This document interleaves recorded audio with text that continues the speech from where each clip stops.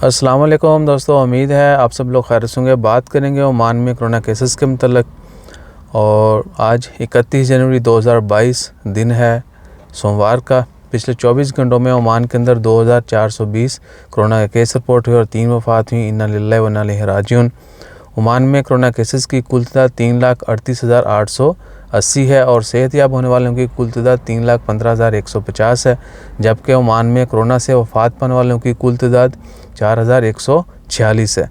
इसके अलावा पिछले 24 घंटों में 103 नए मरीज़ों को हॉस्पिटल में एडमिट किया गया है और हॉस्पिटल में एडमिट मरीज़ों की कुल तादाद 320 है। जबकि आईसीयू में मरीज़ों की तादाद 52 है और पिछले 24 घंटों में जो रिकवरीज़ हुई हैं उनकी तादाद 1685 है, 1685।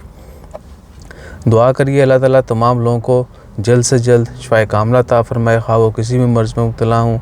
और जो लोग वफ़ात पा चुके हैं अल्लाह ताला उनकी मग़फ़िरत फ़रमाए, उनके लवाकिन को सब्र जमील अता करे। इसके अलावा फ़िलहाल जो बाकी ख़बरें हैं वो वीडियो अपलोड हो रही है।